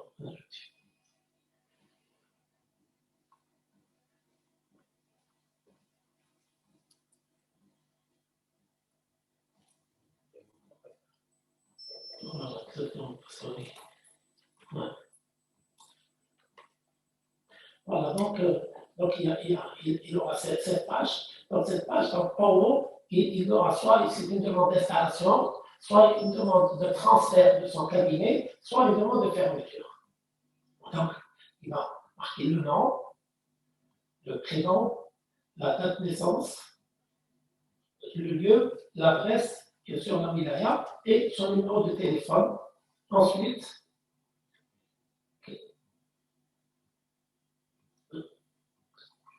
là, déjà installé, etc. Donc, on va aller dans la demande d'installation. Donc, on va appuyer, on coche en haut, demande d'installation. Dès qu'on demande d'installation, voilà, ici, nous avons une bande qui se déroule concernant les différentes spécialités qui sont là. C'est-à-dire que ce n'est même pas la peine qu'il va saisir directement, il va saisir la spécialité qui le concerne, c'est-à-dire là où il y a son DELS. Ça permet aussi d'éviter à ce que les gens mettent des spécialités qui ne les autorisent pas à s'installer. Vous savez très bien, pour certaines spécialités, on ne peut pas ouvrir un cabinet en libéral. D'accord? Donc, voilà, nous avons ici aussi la spécialité, la date d'obtention de son diplôme de EMS, etc.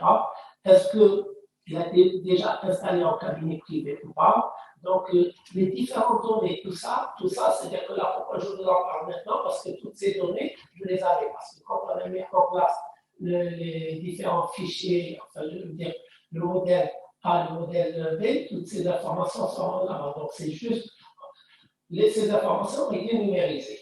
Donc, le service national, accompli, non accompli, exempt, etc. Pour le service civil.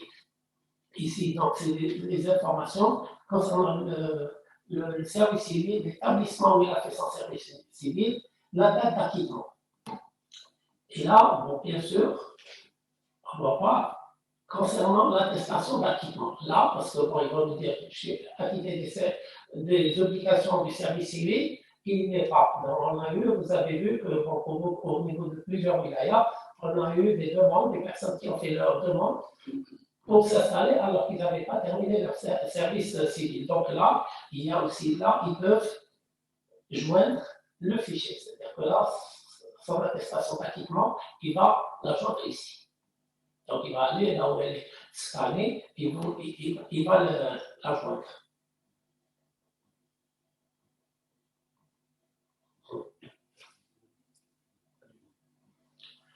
Voilà. Donc, désire m'installer dans la wilaya 2. Donc, il choisit la wilaya qu'il veut. D'accord? La daïra. Et là, on prend par exemple la wilaya d'Abraham. Donc, la commune. Directement, les communes aussi sont très définies. Donc, il suffit juste de dérouler et il va appuyer s'il veut la commune d'Abraham. Donc, il suffit juste d'appuyer sur la commune d'Abraham. Donc, pour chaque wilaya, il y a les communes correspondantes. Donc, ça, c'est le choix 1.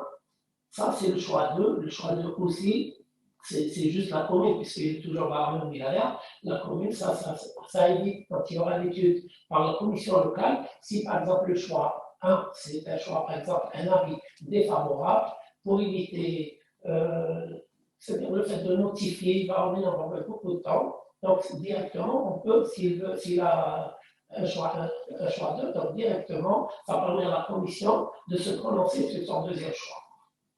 Alors, dès que c'est terminé, donc, on envoie la demande directement.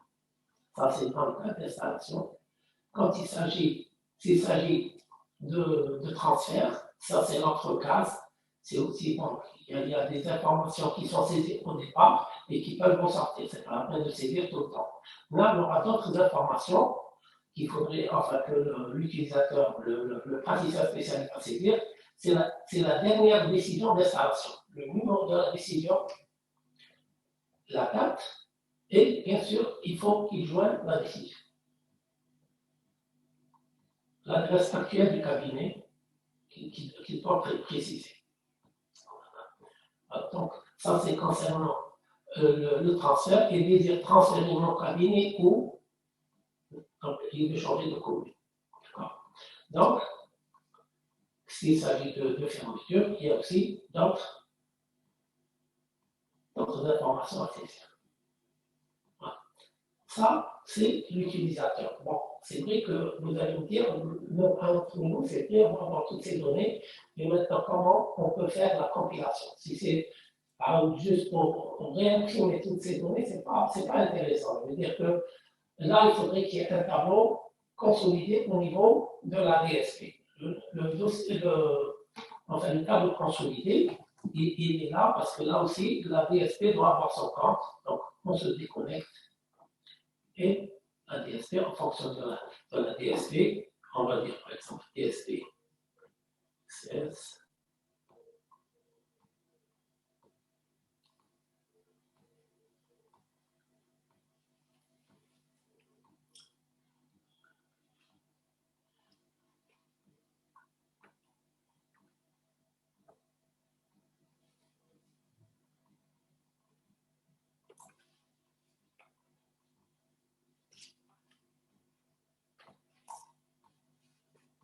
Voilà, donc, à votre niveau, voilà ce que vous allez voir un petit peu. Voilà, c'est-à-dire que là, c'est le tableau de toutes les demandes qui ont été faites au niveau de votre wilaya. Il y aura le nom, le prénom, la demandeuse, spécialité, commune. Bon, après, parce que bon, même quand c'est traité, c'est saisi, on verra si c'est traité, etc. Donc, ça c'est à votre niveau. Bon, maintenant, après, on verra si à un moment donné, si on arrive à faire le point sur les différentes spécialités installées avec la localisation, peut-être on introduira au fur et à mesure d'autres colonnes concernant la répartition au niveau de la village. Donc ça, c'est pour préparer les dossiers pour qu'ils soient traités au niveau de la commission locale. Voilà. Bon, bien sûr, au niveau du ministère aussi, il y a un autre état consolidé. Voilà, au niveau du ministère, c'est aussi un compte.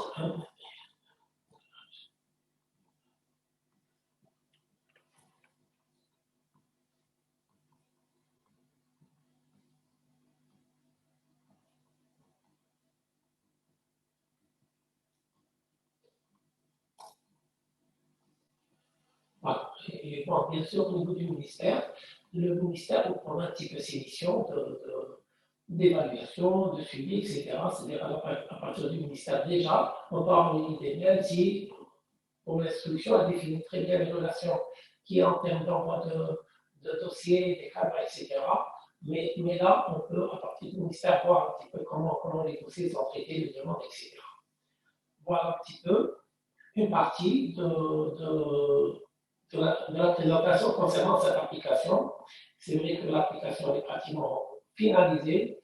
On espère la mettre à la disposition des différents DSP, bien sûr l'équipe de la DSI. Maintenant, c'est l'aspect un petit peu technique de gestion des dossiers.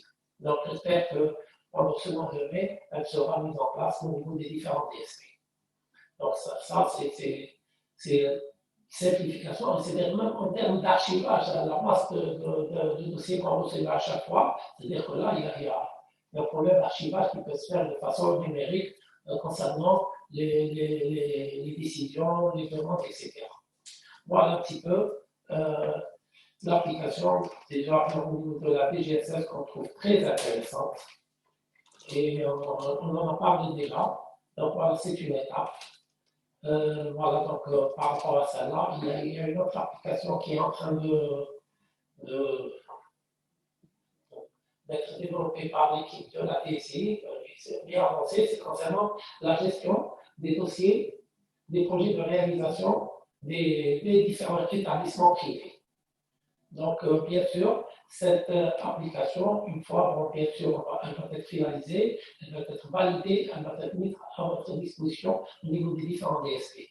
Cette application, notre application, elle a double objectif, c'est-à-dire que c'est automatique, mais elle soit aussi l'objectif pédagogique, parce que même vos éléments qui ne sont peut-être pas très, bien sûr, le niveau de traitement, il est différent en fonction de compétences des personnes, d'une DSP à une autre. Donc, même ceux qui ne connaissent pas très bien, ça va les aider parce que c'est des étapes. C'est-à-dire que là, première étape, il doit remplir certains champs. C'est-à-dire que là, si les champs ne sont pas remplis correctement, on ne lui donne pas la main pour aller vers un autre champ.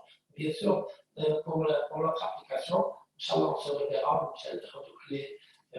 Bien sûr, on est au rythme des équipes d'informaticiens qui sont au niveau de la SCC. On les remercie pour le travail qui est en train de se faire. Et donc, j'espère que peut-être il sera juste après. Mais bon, ils sont aussi très bien avancés. Voilà ce que j'avais à faire. De point de vue, on a voulu vous montrer ça du point de vue pratique, comment le faire, au lieu de vous en parler juste comme ça. C'est juste pour vous montrer que l'application elle est prête. Elle va être un petit peu mise à votre disposition dans le mois de mai, Inch'Allah. Et je vous remercie. Bonsoir. Merci beaucoup, M. Chenero, pour votre communication. Donc, c'est un modèle de numérisation, c'est un modèle aussi de décentralisation de la décision, c'est un modèle aussi de téléstatistique du dossier papier et de facilitation de la relation entre usagers et l'administration. Nous allons passer directement, sans plus tarder, parce que nous sommes déjà en retard, à nos deux collègues de la DSP d'Oran et de DSP d'Albéliade, pour nous donner aussi un petit peu quelques informations, des idées sur la réalité du terrain. c'est vrai qu'au niveau de l'administration centrale, on est en train de faire des efforts, et le travail qui se fait, mais au niveau local, est-ce que réellement on arrive à exploiter toutes ces données, on arrive vraiment à mettre en place et s'il y a des contraintes, bien sûr, il faut les signaler à la direction des services informatiques. Monsieur le DSP de Segouda. Merci beaucoup. Bonjour tout le monde. صحة رمضان. صحة رمضانكم وتصوموا بالصحة والهنا إن شاء الله وكل عام وانتم بخير. Monsieur Assassi, honorable assistance, cadre du ministère, Monsieur Benachou, je crois qu'il est sorti, collègues et consoeurs directeurs et directrices, collègues et consoeurs cadres à l'échelle entre guillemets locale. Salam alaikum wa rahmatullahi ta'ala wa barakatuh. Alors, avec votre permission, je vais vous faire une petite présentation concernant un petit peu le...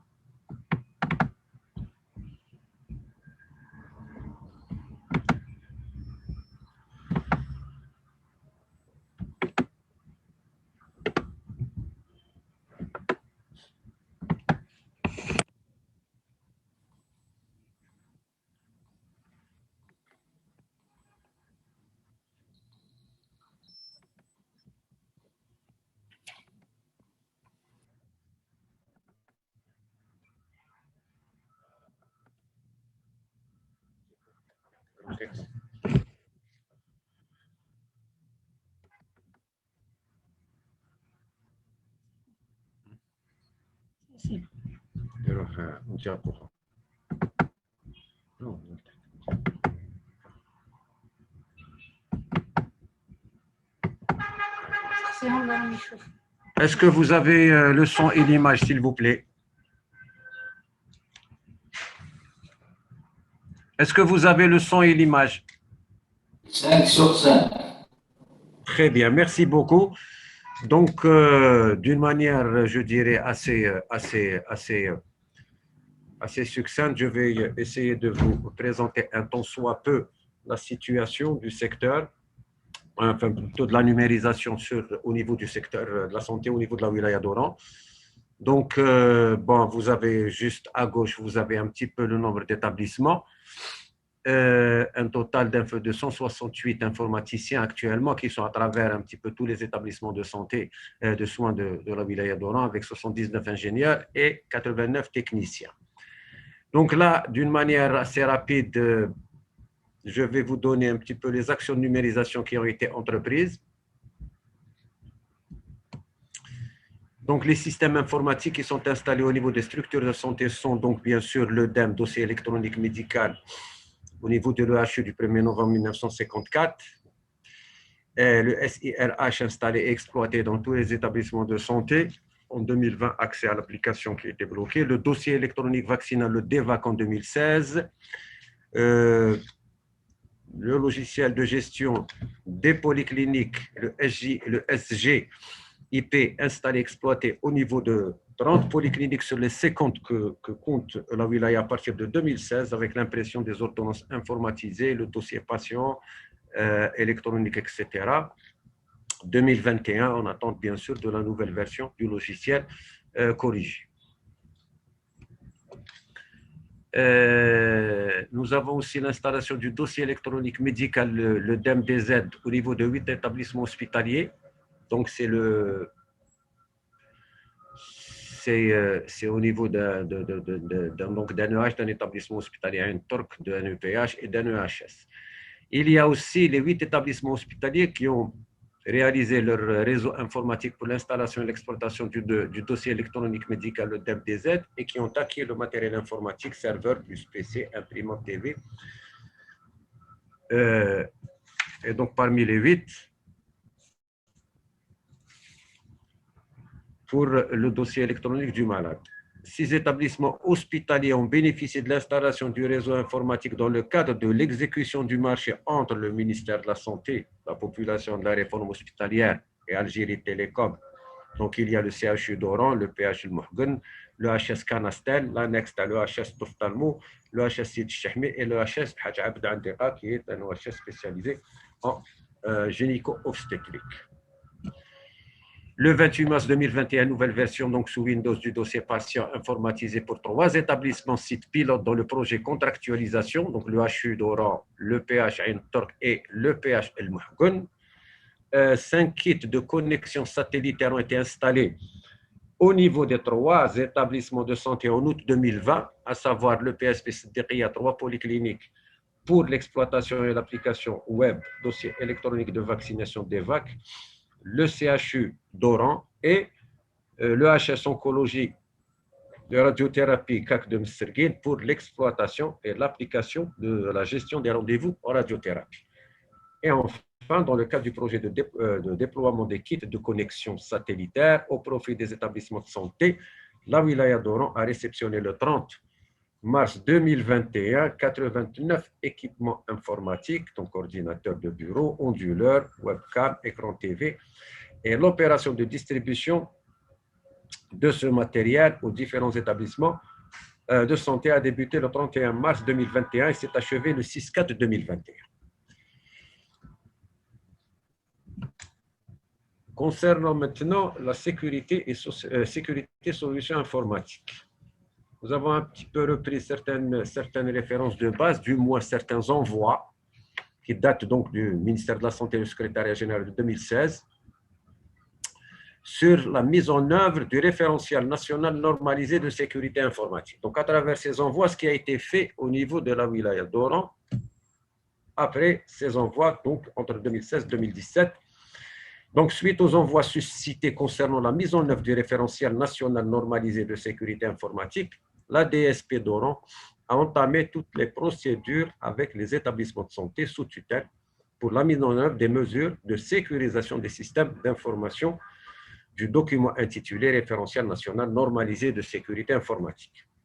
Alors, pour cela, des réunions ont été organisées avec l'ensemble des établissements de santé au niveau de la DSP, ayant pour objet donc la sécurisation physique des sites abritant les équipements de stockage et de traitement des informations, la formation des personnels sur l'emploi de la messagerie électronique et l'usage des supports de stockage amovibles TIG, donc les USB flash disk, la protection des accès aux postes de travail et aux serveurs par des mots de passe affectés au personnel dûment habilité, l'installation des solutions contre les virus informatiques, la dissociation physique des équipements concernant des informations d'autres professionnels ou médicales du réseau Internet.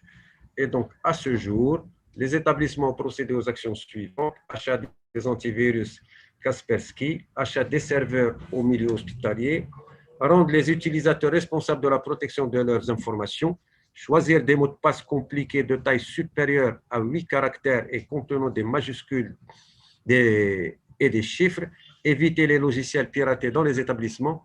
Les systèmes et les logiciels doivent être mis à jour pour un bon fonctionnement, dans le cadre toujours de ce système de sécurisation. La sauvegarde, la restauration et l'archivage. Ce support peut être un CD, un DVD, un disque dur, un externe, un autre ordinateur en réseau. Il existe de nombreuses offres sécurisées pour cela. Sécurisation des bureaux et des salles des équipements non accessibles au public.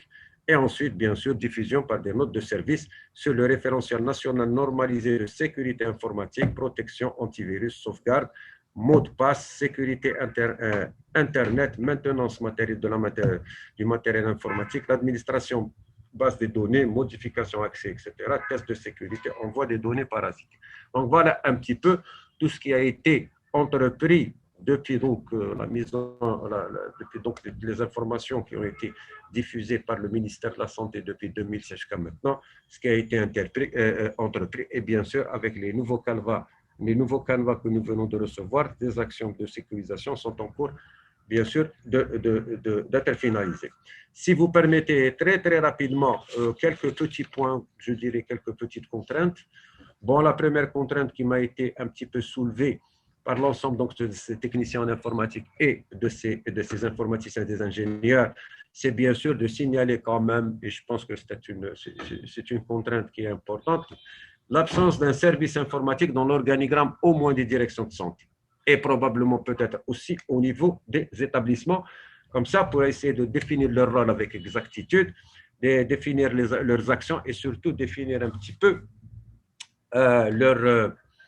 leurs interventions, les différents niveaux d'intervention.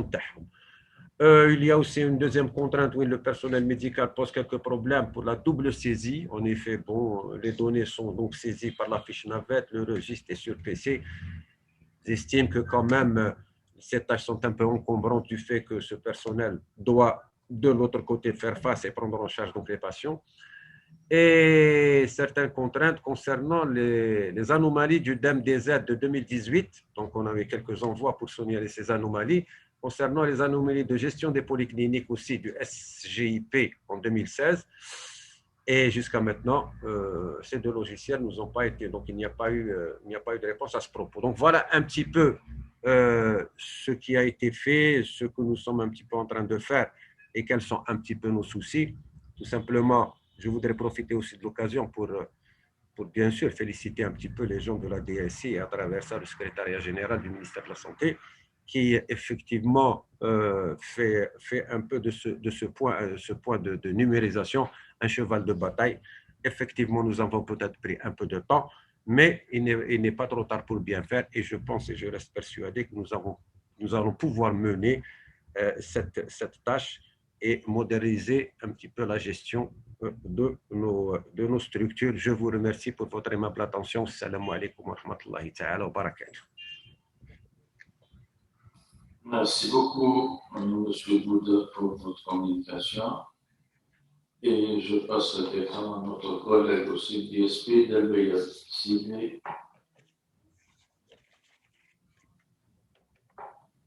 Monsieur le DSP d'Albeya, est-ce que vous nous entendez?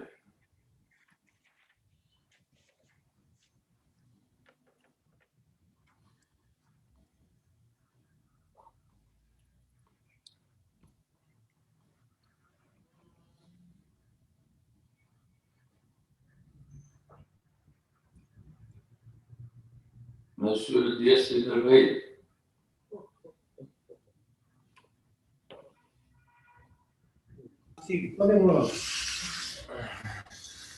ايه حط الاخ وين سيزي في سيزي وين المساج تحت شو هذا دوني مورا ولا دي اس بي سي لو بي اس البيض تقول لها في لو بي اس البيض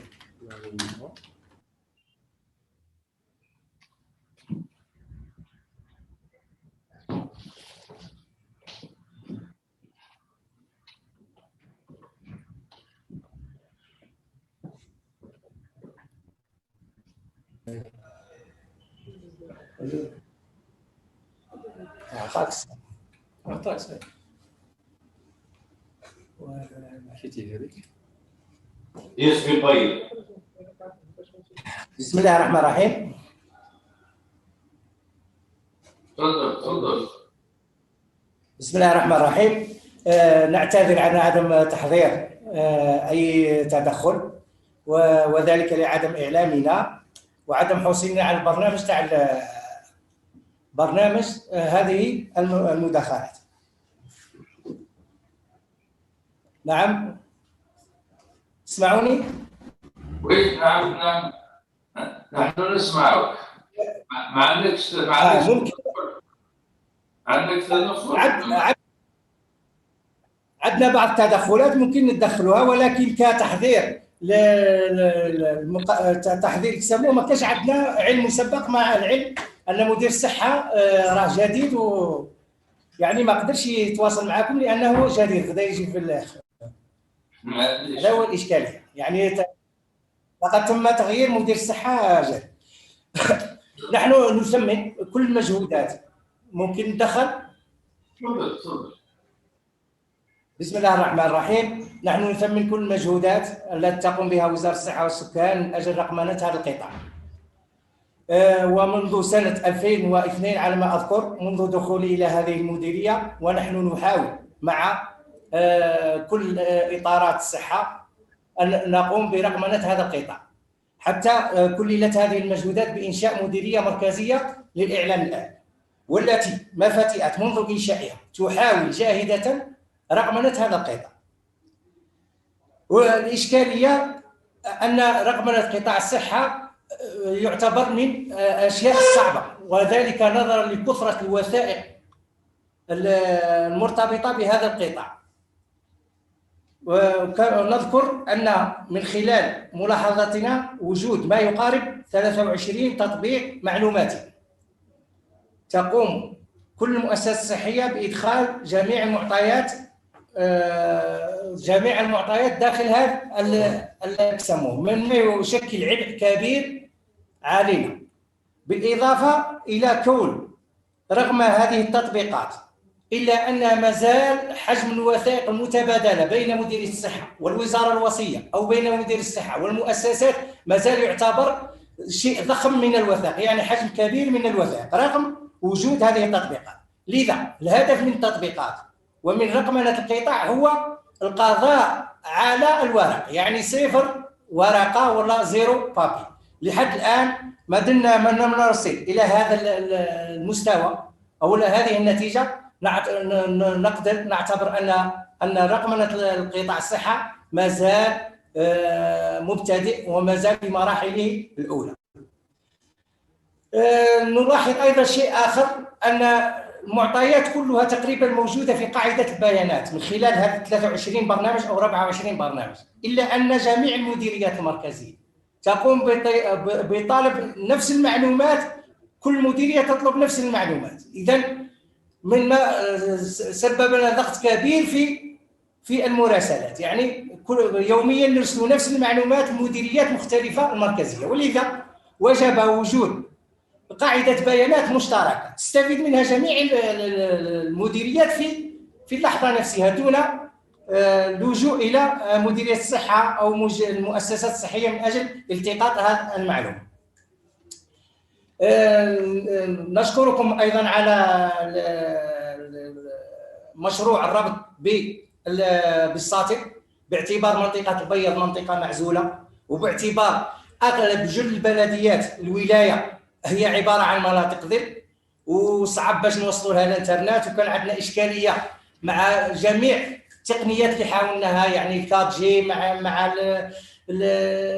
مع كل جميع الخطوط حاولنا، ولكن بعض البلديات ما قدرناش نتصلها. وان شاء الله بهذه التقنيه، تقنيه الربط بالساتليت، نقدروا نتصلوا بابعد اماكن عندنا في الولايه تاعنا. فيما يخص الاتفاقيه المبرمه بين وزاره الصحه ووزاره البريد والتكنولوجيا فيما يخص ربط المؤسسات الصحيه بشبكات الانترنت، الحمد لله استجابت الوزاره الوصيه لطلبنا ومكننا من إضافة على الأقل مؤسسة صحية وحيدة على مستوى الولاية من ربطها بهذه الشبكة، ونسبة الإنجاز تقدر ب 80%. نذكر أن بالنسبة لنا ما كانش مكاتب دراسات متخصصة في ميدان الإعلام الآلي، ما كانش مكاتب دراسات متخصصة في تثبيت الشبكات، ولذا نثمن هذه الخطوة.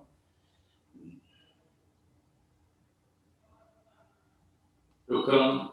بارك الله فيك. نذكر شيء آخر. شكرا.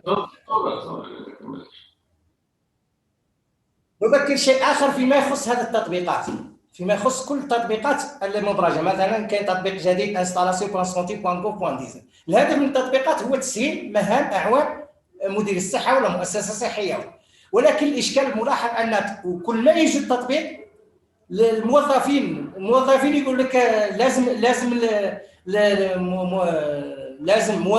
الاعلام الالي هو اللي يشد هذا البروغرام، والاساس مش هذا هو الاساس. ان مهندس في الاعلام الالي يقوم بشرح البرنامج بيسموه بالبرنامج، ولكن الموظف المسؤول عن هذه المصلحه هو اللي يقوم بادخال المعطيات وتتبع البرنامج من اجل تسهيل المهام تاعه. بالنسبه لنا احنا كل ما يجي برنامج جديد يقول لك لازم المهندس هو اللي يشدها، كل ما برنامج جديد المهندس هو اللي يدخل المعلومات، ولهذا يوصل يوم من الايام اللي ترقم الصحه كامله غير المهندس هو اللي يخدم في مديريه كامله ولا في مؤسسه كامله، باعتبار كل الموظفين يقوموا بالتهرب من ادخال المعطيات. ولذا لزم وجود نصوص تطبيقيه تلزم الموظف بادخال المعلومات. وتلزم المهندس أو عون إعلام آلي بماذا؟ بالشرح كيفية الاستعمال، شرح الحفاظ على كلمة المرور إلى آخره. فيما هو عندنا إشكالية تقريبا الإشكال الواحد الملف الصعب اللي خاصه الرقمنة في باعتباري من سنة 2002 موظف هنا هو ملف لي دوني ستاتيستيك فيما يخص مديرية التخطيط، لأنه هو الملف تقريبا اللي غابلنا شوية فيه ديبلاسمون بزاف حنايا واحد 700 كيلو 800 كيلو نروحوا ومن بعد روجي تقريبا فيه ميزاجور بزاف، يعني فيما يخص اللوجيسيال ايبيستات وفيما يخص لي دوني ستاتيستيك وكان يترقم من هذا الملف نظن ينقص علينا لي ميسيون لي فري دي ميسيون ينقص علينا التعب واحد نقولوا 50% تقريبا. هو من بين الوثائق الهامه في قطاع الصحه واللي راه يسبب لنا اشكاليه كبيره. وشكرا على الاهتمام، شكرا على التدخل، وان شاء الله في فرصه اخرى نقدموا بريزونطاسيون احسن، وشكرا للجميع وشكرا على هذا التدخل. شكرا سيدي على التدخل تاعك. تكون مطمئن ان الوزاره تسعى جاهده من اجل رقمنه جميع القطاع وجميع المؤسسات بما فيها المديريه او المؤسسات الصحيه، وعلى الجميع ايضا ان يعلم ان المؤسسات الصحيه ومن خلالها جميع المستخدمي الصحه يجب ان يكونوا في هذا المستوى، ولازم كل شخص كل فرد انه يستعمل الاداه والادوات الالكترونيه بصفه عاديه دون اللجوء الى مختص في الاعلام الالي. وعليه اذا كان فيه مشكل تكوين يجب القيام بمبادرات على المستوى المحلي من اجل التكوين، واذا كان قضيه انه الرفض من اجل الرفض فهذا ما لن يقبل باتاتا. إذن مباشرة بعد تدخلك سيدي on passe directement donc au débat. Le débat est ouvert pour tous les communicants et pour tous les gens qui sont en train de suivre soit au niveau local ou au niveau central. S'il y a des questions,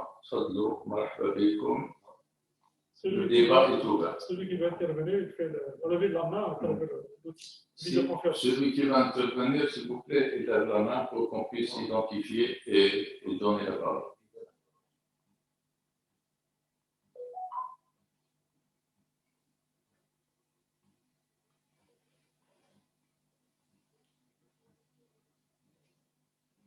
كانش تدخلات.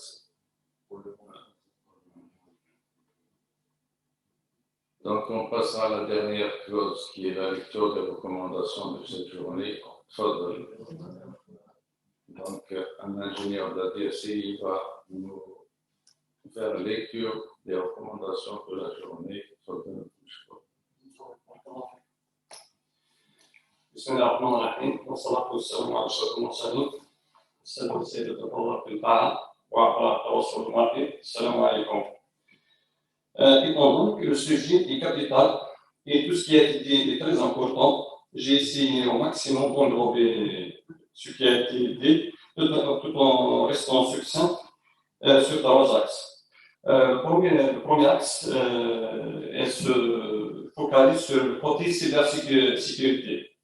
Alors, les recommandations sont opter toujours pour l'hébergement local des applications sans nécessité d'aller vers le net.